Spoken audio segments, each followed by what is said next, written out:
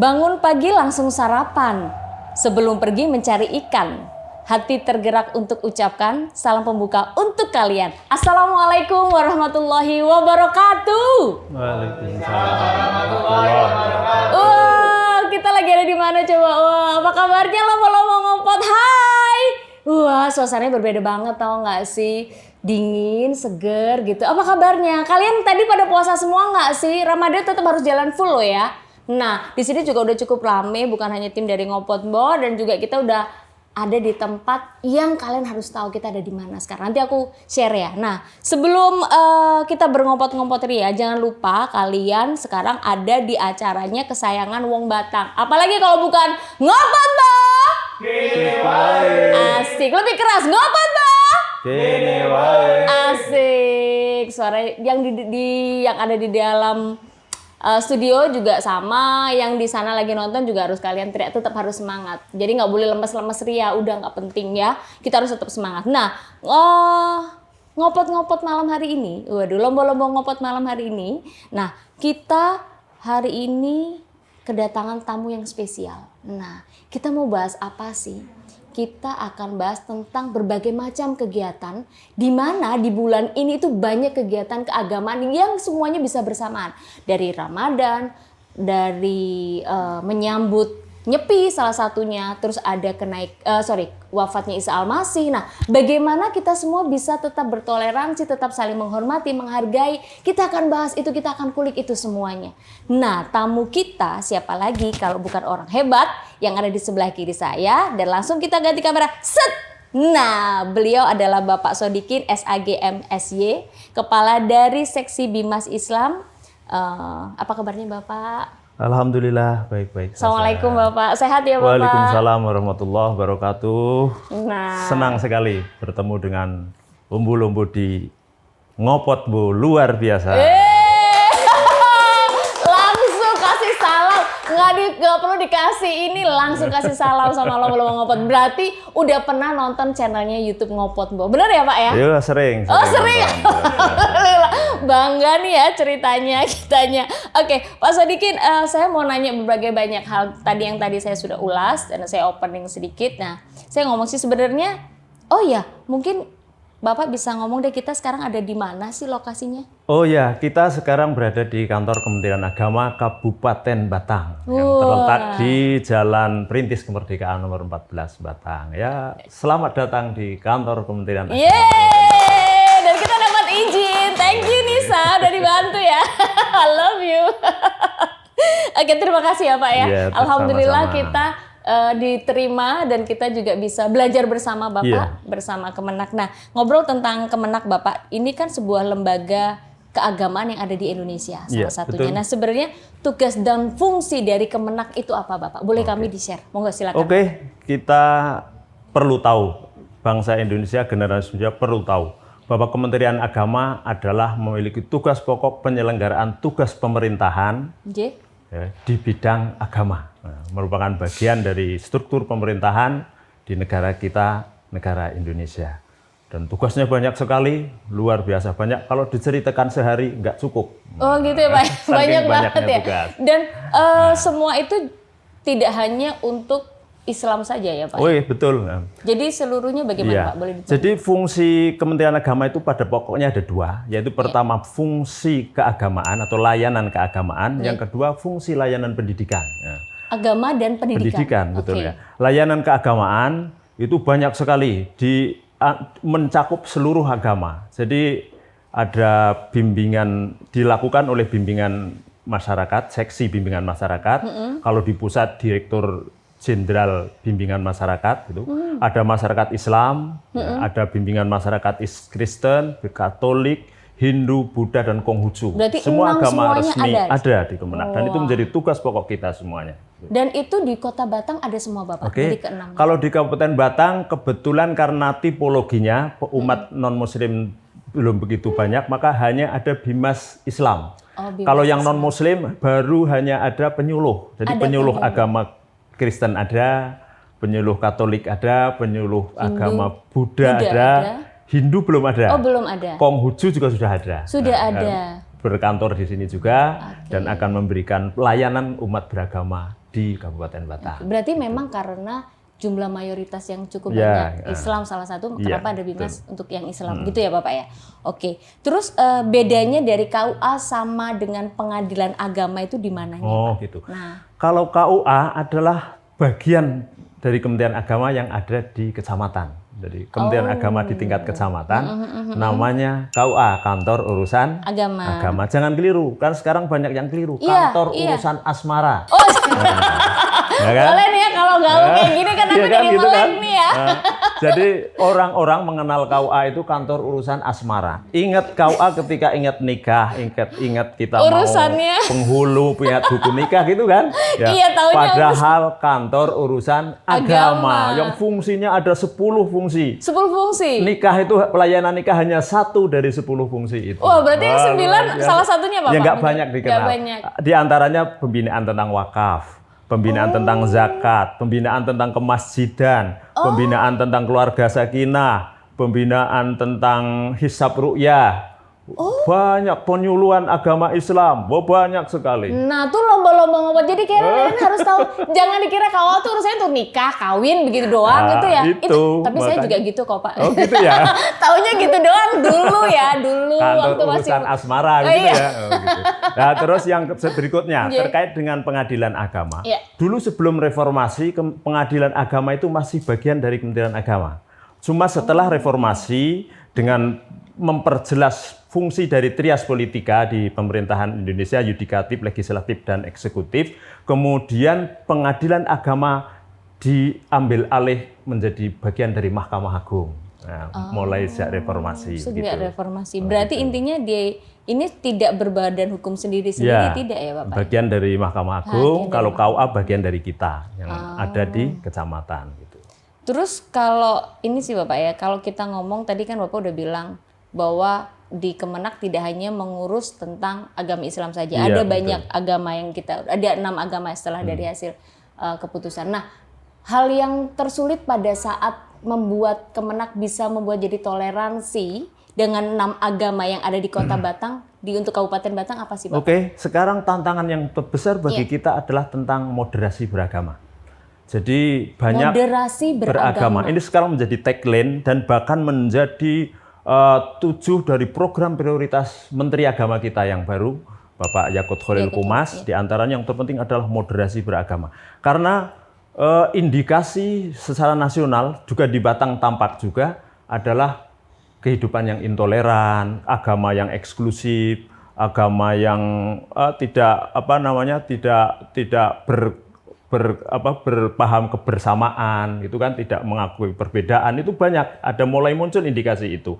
Maka sekarang Kementerian Agama mengajak seluruh umat manusia bertoleran bersama dengan bersama-sama mengembangkan moderasi beragama, agama yang moderat, agama yang mengakui perbedaan dan saling menghargai, itu yang diharapkan. Itu yang diharapkan. Jadi agar kita tidak terjadi banyak-banyak permasalahan persimpangan yang terjadi. Nah, kalau di Kota Batang sendiri bagaimana Pak keadaannya? Alhamdulillah kondisinya sangat kondusif sekali, penghormatan terhadap umat agama lain sangat bagus, dan kami bangga bahkan di beberapa tempat juga sudah kita rintis kampung moderasi. Ya. Kampung moderasi.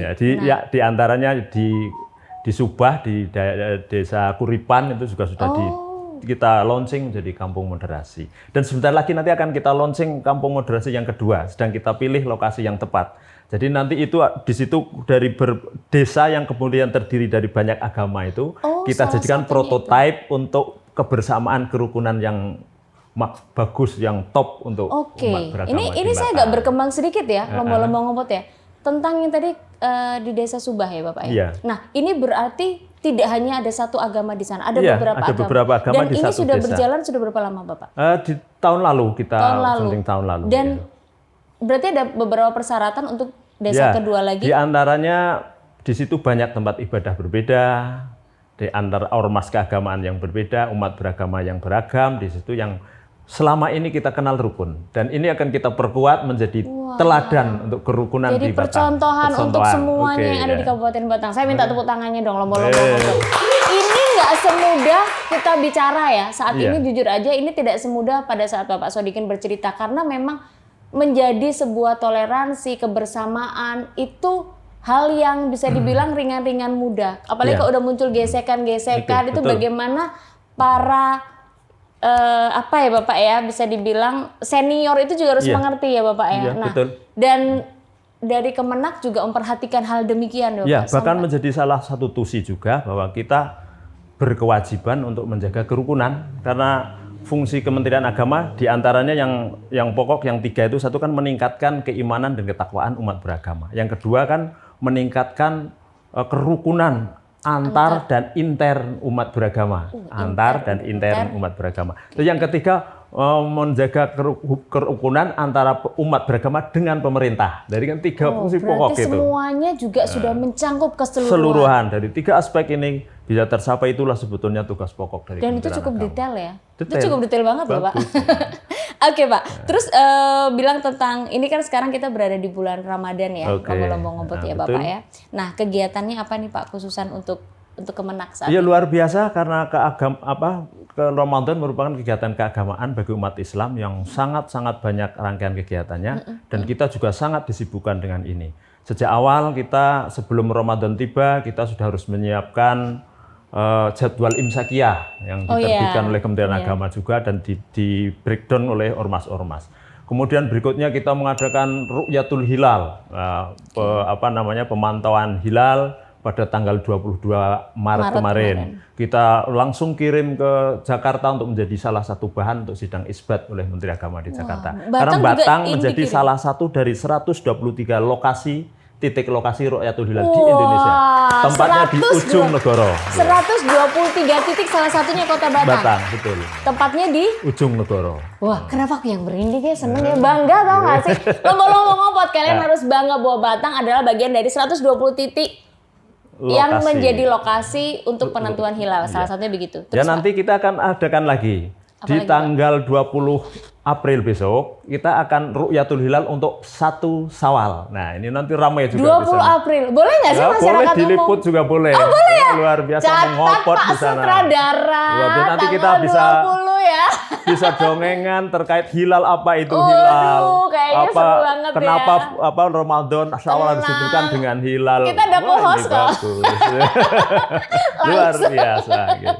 Iya, Bapak. Terus di tengah-tengah Ramadan itu banyak sekali kegiatan. Ya, di antaranya adalah pentasyarufan zakat.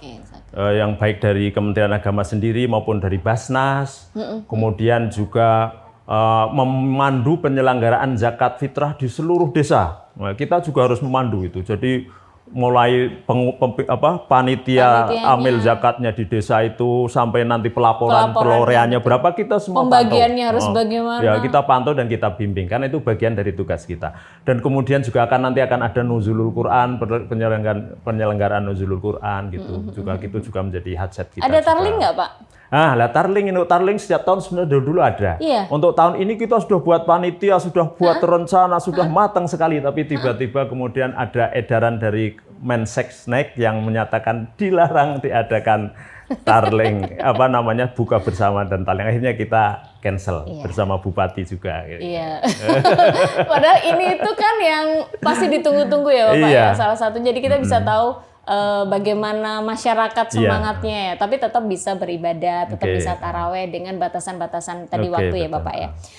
Dari kegiatan tersebut kan tadi Bapak sudah bilang, nah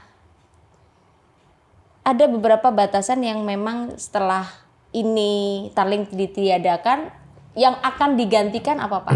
Ya, sementara ini seperti pentasyarufan zakat, bantuan ke masjid dan sebagainya, bantuan kayak Al-Quran itu kita salurkan semuanya. Yang dulu mau disalurkan melalui segala tarling, panitia dan segala macamnya. Kita siang nanti kita akan hadirkan siang, hadiri siang kita serahkan di setiap kecamatan. Dan kemudian yang tidak dilupakan juga selama bulan Ramadan itu Kementerian Agama sibuk sekali, karena kita juga menjalin kerjasama dengan beberapa radio untuk mengisi ceramah-ceramah keagamaan Ramadan, seperti di Birawa FM, di Ralisa FM dan sebagainya, banyak juga. Berarti itu memang ini bisa menjadi kegiatan yang rutinitas ya Pak, selama bulan Ramadan. Juga tidak menutup kemungkinan juga kemarin juga ramai sekali di beberapa tempat. Di antaranya adalah di LP, lembaga pemasyarakatan atau yang di Batang di Rowo Belang itu kita juga pengajian rutin di sana. Teman-teman penyuluh juga mengisi acara dengan para nafi. Berarti berbagai macam tempat semuanya bisa masuk. Itu di kita kegiatan di sana. Biasanya rutin setiap minggu ada, untuk Ramadan kita maksimalkan lagi. Dengan Full, hampir setiap hari Ramadan, ya seperti pesantren sekarang di sana itu. Alhamdulillah. Jadi kegiatan yang tarling tidak ada tetap bisa dialokasikan panitia dengan kegiatan yang jauh lebih maksimal dan lebih bermanfaat, salah satunya itu. Nah, tentang ini sih Bapak, kegiatan Rukyatul Hilal ya Bapak ya. Itu tadi kan waktu udah sebutin bahwa itu nanti ada terjadi di Kota Batang, tepatnya di Ujung Negoro, ya Bapak ya. Nanti termasuk juga yang 1 Syawal pun juga sama Pak. Ya, posisi titiknya juga sama. Itu biasanya jadi jam berapa sampai jam berapa Pak? Kita undang peserta biasanya hadir jam 15.30, nanti pas sampai maghrib, dan pada penentuan hilal tampak atau tidak kan pas matahari terbenam. Mulai terbenam. Itu tampak atau tidak. Nanti setelah disimpulkan terlihat atau tidak terlihat, nanti baru kita sampaikan kepada Kementerian Agama di Jakarta. Live langsung saat itu juga, detik itu. Jadi on the spot cepat sekali ya Pak? Sangat cepat sekali, karena ditunggu di Jakarta kan. Dan masyarakat umum bisa boleh melihat ya Pak? Boleh sekali. Pengen tahu, pengen belajar. Banyak sekali pesertanya yang resmi aja kita mengundang seluruh ormas. Jadi ada NU, Muhammadiyah, Rifaiyah, LDII, SI, semuanya kita hadirkan. Kemudian dari instansi, dari pengadilan agama, karena hakim harus hadir di situ, karena nanti ketika ada yang melihat langsung disumpah di hadapan sidang, baru berita acara persidangan kita kirim. Jadi tidak sembarangan itu. Kemudian juga instansi dari Pemkab, dari Diskominfo, dari Kesra, dan dari banyak unsur lagi juga kita hadirkan, termasuk pemerhati dan aktivis Rukyatul Hilal. Di Batang itu juga banyak teman-teman yang aktif di situ, kita juga support, banyak yang hadir. Kemudian juga lembaga-lembaga pendidikan. Kemarin dari MAN IC Pekalongan juga mengirim anak-anaknya dan gurunya untuk ikut situ. Kemudian tahun-tahun kemarin di UIN Gus Dur Pekalongan juga banyak mahasiswa falak yang ikut, kan ada bidang mata pelajaran atau mata kuliah falak, ilmu falak yang juga harus salah satu itu penghitungan hilal itu juga biasanya hadir. Ramai sekali, itu juga sangat menarik. Bisa kebayang ya. Kok saya jadi pengen ikut ya? Boleh ya Pak yang ngomong? Sangat boleh. Sangat boleh. Nanti kita berikan kesempatan. Jadi ini memang sebuah kesempatan yang dimana sekarang semuanya itu tidak dibatasi. Betul. Semua anak muda yang mau belajar, kita bisa datang, kita bisa belajar seperti apa sih. Dan ini tidak menutup kemungkinan harus Islam, harus Kristen, tidak. Kita butuh sesuatu keselarasan tadi. Jadi saling menghormati, saling menghargai, dan saling menghargai dengan cara belajar bersama. Salah satunya itu. Nah, Bapak, saya ngobrol nih sedikit sih, ada pertanyaan titipan nih Pak ya. Oh ya, nggak apa-apa. Jujur ya Pak ya, itulah. Nah, sebenarnya pada saat penentuan masuknya bulan Ramadan, lalu adanya penentuan 1 Syawal, kan ada perbedaan antara NU, Muhammadiyah, terus sama Nasabandiyah, salah satunya Pak, yang saya tahu. Nah, ini ada berbeda-beda sih Pak, ada yang lebih dulu, ada yang nanti belakangan, dan 2 hari. Nah itu bagaimana sih Pak? Yang membuat berbeda itu di mana? Apa cara berhitungnya atau apa yang dia melihat? Karena posisi, lokasi mereka melihat hilalnya itu bagaimana Pak? Boleh saya dibantu? Oke, terima kasih. Ini pertanyaan yang luar biasa cerdas, bagus sekali. Luar biasa.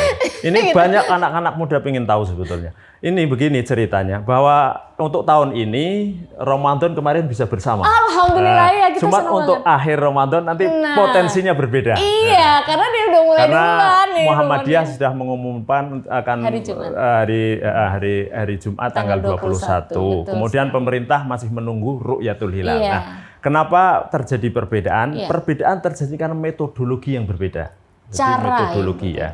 Metodologi yang digunakan, kalau Muhammadiyah itu menggunakan metodologi wujudul hilal.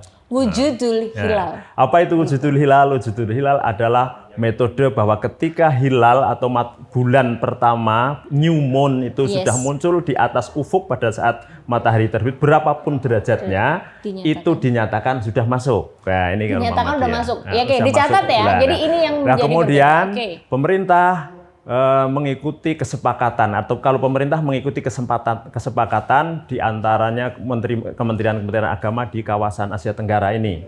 Ada Malaysia, Singapura, Filipina, Indonesia, itu Brunei Darussalam yang disingkat dalam komunitasnya namanya Mabims gitu. Itu sudah menyepakati bahwa harus dengan batas minimal. Batas minimal yang disepakati adalah 3 derajat. Nah, karena kalau di bawah 3 derajat tidak mungkin bisa dilihat dengan alat apapun gitu. Maka harus di atas 3 derajat baru bisa dinyatakan sudah masuk tanggal atau awal bulan. Maka karena besok di bulan Syawal besok itu kalau tanggal 21 itu tinggi hilal baru 1 derajat 28 menit. Nah, jadi masih sangat di bawah dari di bawah 3 derajat ya. Nah, kemudian kalau berikutnya mungkin sudah tinggi sekali, sudah mungkin lebih dari 9 derajat. Oleh karena itu sudah ditentukan diperkirakan. Pemerintah belum berani mengatakan sebelum adanya ru'yah. Karena pemerintah makanya menggunakan metodologi imkanur ru'yah. Imkanur ru'yah. Imkanur ru'yah itu mungkin untuk diadakan ru'yah atau observasi. Jadi kalau Muhammadiyah itu tidak perlu ada imkanur ru'yah, berapapun derajatnya bisa langsung masuk tanggal. Kalau pemerintah menggunakan imkanur ru'yah dengan ketinggian derajat minimal 3 derajat. Setelah itu baru di ru'yah, setelah diadakan ru'yah dari seluruh Indonesia, dari 123 tempat itu, ada yang melihat 1 saja, maka akan dinyatakan masuk tanggal bulan baru itu. Oh begitu ya. Jadi kayak gitu ya. Jadi teman-teman lomba-lomba ngot kalian udah bisa terlihat ya bahwa memang kenapa sih ada perbedaan demikian karena memang ada metode yang digunakan berbeda. Tetapi semuanya tepat. Jadi tidak ada yang benar, tidak ada yang salah, tapi semuanya tepat bahwa ada hitungan dari awal yang memang mereka mengikutnya yang bagian mana. Salah satu itu ya Bapak ya. Begitu juga kita sebagai Kementerian Agama meskipun pemerintah menentukan berbeda dengan metodologi yang disepakati pemerintah dan beberapa ormas Islam, tapi kita penting sekali harus menghargai perbedaan. Itu pokok dan penting. Jadi ada yang Lebaran hari Jumat, ada yang Sabtu, itu semua harus saling menghargai, saling bertoleransi dan tidak boleh ada perbedaan ini menjadi perpecahan sama sekali. Kita harus saling menghargai karena di hadapan Allah yang betul yang mana sama-sama kita tidak tahu. Wah, gitu kan ya. Tidak Kita tahu mana yang benar, berusaha untuk mendekati kebenaran yang Allah Subhanahu wa taala kehendaki. Gitu. Jadi setelah ini insya Allah lombo-lombo semua juga akan memahami kita jaga perbedaan ini dengan toleransi yang tinggi. Silahkan memilih mengikuti yang mana. Kita semua harus bertoleran sebaik-baiknya. Berarti gitu, kalau ada yang mau hari rayanya di Jumat silakan, hari Sabtu mungkin silakan. Berarti hari Sabtu tetap puasa ya Pak ya? Masih puasa. Atau gimana nih Pak kalau yang misalkan? Yang sudah itu kan keyakinan. Agama itu kan tidak bisa terpisah dari keyakinan. Siapapun yang meyakini hari rayanya sudah jatuh di hari Jumat ya harus ikuti itu. Kan gitu kan. Jadi kita sudah tidak boleh puasa. Kalau puasa malah haram kan gitu. Ya kalau yang meyakini hari Sabtu maka harus tetap puasa, cuma tetap puasa karena kita belum yakin ini sudah masuk 1 Syawal dan itu saling menghargai. Satu keluarga berbeda nggak masalah. Satu keluarga ada yang sudah sholat Id, ada yang sholatnya besok, itu saling menghargai saja, nggak ada perbedaan apapun. Justru karena dengan ada perbedaan disitulah indahnya kita hidup berbagi bersama ya Pak ya. Ada keuntungannya, kita makan opornya 2 kali. Oh gitu. Kan? Oh iya, jadi waktu hari Sabtu, yang hari rayanya Sabtu, bukanya kita opor dulu gitu ya, ikut yang mau dia gitu ya, mikirnya enak banget. Gitu. Bapak terima kasih deh, anak-anak muda kalau yang bagian ini pasti doyan, pasti suka. Oke Bapak, jadi intinya ini ya Bapak ya. Nah terus berbicara tentang kegiatan seperti ada lomba MTQ, terus hafiz Quran, terus ada lomba adzan dan sebagainya, itu masih ada atau gimana Pak sekarang? Kementerian Agama selalu setiap tahun mengadakan event-event itu karena itu bagian dari tugasnya dan dilaksanakan dalam berbagai cabang. Jadi diantaranya MTQ, Musabaqah Tilawatil Quran, kita menyelenggarakan baik di tingkat kecamatan, kemudian di tingkat kabupaten, dan nanti kita mengirim ke provinsi dan bahkan sampai nasional. Seperti kemarin nasional kita diadakan di Banjarmasin, kita juga ikut mengirim serta ke sana. Dan kemudian itu yang MTQ.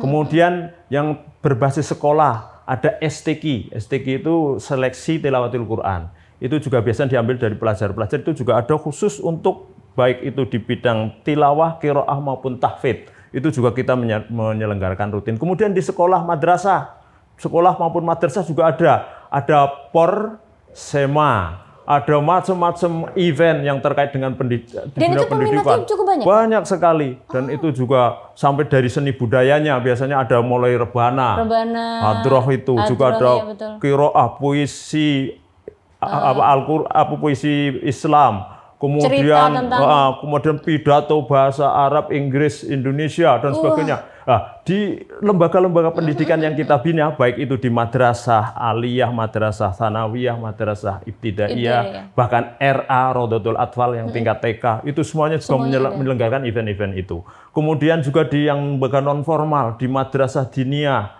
di LPQ atau TPQ, Taman Pendidikan Al-Quran. Itu juga menyelenggarakan masing-masing dengan eventnya masing-masing, bahkan sampai ke tingkat nasional. Dan itu terus kita ikuti. Jadi ramai sekali kegiatan perlombaan. Jadi itu bukan hanya untuk di bulan Ramadan sebenarnya. Dan persiapan sebelumnya juga udah mulai ada ya Bapak ya? Oke. Berarti intinya dari semua ini bahwa kegiatan bulan Ramadan cukup padat ya Pak ya? Padat sekali. Nah ini saya mau nanya nih Pak, dengan adanya kita bersama nih Pak, bulan kemarin kita ada nyepi juga ya Pak ya? Nah tanggal ini besok di bulan ini juga kita ada kegiatan juga, bukan hanya Ramadan tapi ada wafatnya Isa Al-Masih. Nah, itu kegiatan-kegiatan tersebut bagaimana Pak dari Kemenak? Kementerian Agama karena harus mengurusi semua umat beragama, kita juga memberikan kesempatan semua beragama melaksanakan kegiatan keagamaannya dengan sebaik-baiknya. Termasuk kemarin ini agak berhimpitan sebelum Ramadan kemarin nyepi. Kita juga pantau, kita juga sambangi teman-teman yang menyelesaikan nyepi, gitu kita kunjungi, kita apa kekurangannya, apa yang bisa kita bantu dan sebagainya, kita juga komunikasikan dengan baik. Kemudian di saat itu juga kita juga harus menyiapkan untuk Ramadan, kita juga bekerja keras untuk umat Islam yang akan beribadah Ramadan biar nyaman. Kemudian ini sebentar lagi ada kenaikan wafatnya Isa Al-Masih 7 April. Ini pas di tengah-tengah Ramadan, pasti kita juga akan bekerja sama dengan umat-umat non-muslim yang sedang melaksanakan ibadah, peringatan hari besarnya masing-masing. Kita support dan kita jaga, bahkan kita selalu koordinasi dengan pihak keamanan, baik itu di Polres. Besok kita Senin juga rapat di Polres untuk mempersiapkan operasi ketupat candi untuk menyambut Lebaran dan perayaan umat beragama yang berhimpitan ini. Ini selalu kita koordinasi karena itu menjadi tugas pokok kita agar semua umat beragama beribadah nyaman sesuai agamanya masing-masing. Itu yang kita harapkan. Berarti boleh diterangkan Pak, berarti topoksi utama dari Kemenak itu adalah tugas tadi, fungsi keagamaan dan fungsi pendidikan. Yang fungsi keagamaan kita membina seluruh umat beragama, memberi kesempatan umat beragama beribadah dengan nyaman, memberi pelayanan sebaik-baiknya, dan kemudian juga fungsi pendidikan keagamaan dan pendidikan agama. Nah, itu juga sudah kita upayakan sebaik mungkin biar pendidikan-pendidikan yang di bawah naungan Kementerian Agama bisa berjalan dengan baik dan lancar semuanya. Asik. Saya minta tepuk tangannya dong, Bapak Sodikin. Satu pertanyaan terakhir ya Bapak, boleh ya? Oke. Selalu. Mbak terakhir lagi juga nanti nggak apa-apa. Berarti bisa panjang nih ya gitu. Nggak apa, kan kita tadi udah catat ada beberapa nanti ya yang tadi kita sebelum kita syuting kita udah ngobrol tentang sebuah budaya. Nanti kita akan syuting lagi bersama Pak Sodikin lagi. Nah ini satu pertanyaan terakhir Pak dari kami, pesannya untuk penonton Lombo-Lombo Ngopot dan anak-anak muda, apa sih yang harus kita berikan, apa yang harus kita lakukan untuk toleransi beragama dan semuanya Pak? Monggo silakan. Lombo-Lombo Ngopot luar biasa. Saya yakin ini gagasan ini dimunculkan juga dengan gagasan dan ide serta pemikiran yang luar biasa. Maka saya harapkan bisa menjadi hal yang luar biasa untuk generasi muda, generasi milenial, khususnya di Kabupaten Batang dan daerah sekitarnya menjadi lebih bagus, lebih bermanfaat, dan punya konten-konten kreatif yang mencerahkan, termasuk dalam hal kerukunan umat beragama, harus menjadi pionir, harus menjadi teladan, harus menjadi pendakwah moderasi beragama, mengajak teman-teman untuk moderat dan beragama dan menjadikan kehidupan beragama di Kabupaten Batang dan sekitarnya menjadi sangat hebat, sangat toleran, dan sangat rukun. Alhamdulillah, amin. Ya Allah, lengkap banget ya Pak Sodikin, thank you banget. Pak Sodikin, saya terima kasih atas pembicaraannya hari ini. Semoga ini bisa menginspirasi dan bermanfaat untuk seluruhnya. Bukan hanya untuk saya pribadi, bukan hanya untuk tim Ngopotbo, tapi untuk seluruhnya penonton YouTube Ngopotbo. Dan saya ingin dengar suaranya Ngopotbo! Gini wae. Oke, dan thank you, terima kasih supportnya untuk Kumon Ahmad Yani Batang. Terima kasih. Jadi untuk kalian yang ingin belajar, saya kameranya mana sih? Nah, untuk kalian yang belajar matematika dan bahasa Inggris, kalian bisa langsung datang aja untuk belajar di Kumon Ahmad Yani Batang. Tempatnya di Jalan Ahmad Yani nomor 34 ya. Dan thank you banget untuk Wentershan untuk cairan body penghitam motor. Untuk kalian yang ingin motornya yang udah bulukan, persiapan hari raya Lebaran, poles semuanya supaya ganteng itu motor, supaya cantik. Yang buluk-buluk dipoles aja sedikit, udah nggak perlu beli motor baru, bisa untuk kali dihemat kali ya gitu. Nah, kalau ada yang dapat angpo-angpo, kalian bisa simpan, beli Wentershan sebanyak mungkin supaya motor kalian keren semuanya. Dan thank you banget untuk semuanya. Saya minta tepuk tangannya untuk semua yang udah hadir di malam hari ini. Thank you banget. Terima kasih. Terima kasih untuk Kemenak Bapak atas waktunya. Saya thank you banget. Dan dukung terus acara kita seperti biasa setiap Sabtu malam Minggu jam 19.30 dengan subscribe, like, and share. Seperti biasa di channel YouTube Ngopotbo, dan follow IG terus dan Facebook kita seperti biasa. Burung dara cendrawasih, cari dulu di Papua. Cukup sekian dan terima kasih. Moga bermanfaat untuk semuanya. Mohon maaf lahir dan batin. Ngopotbo. Assalamualaikum warahmatullahi wabarakatuh. Waalaikumsalam. Bapak saya terima kasih. Sama-sama, mohon maaf ya.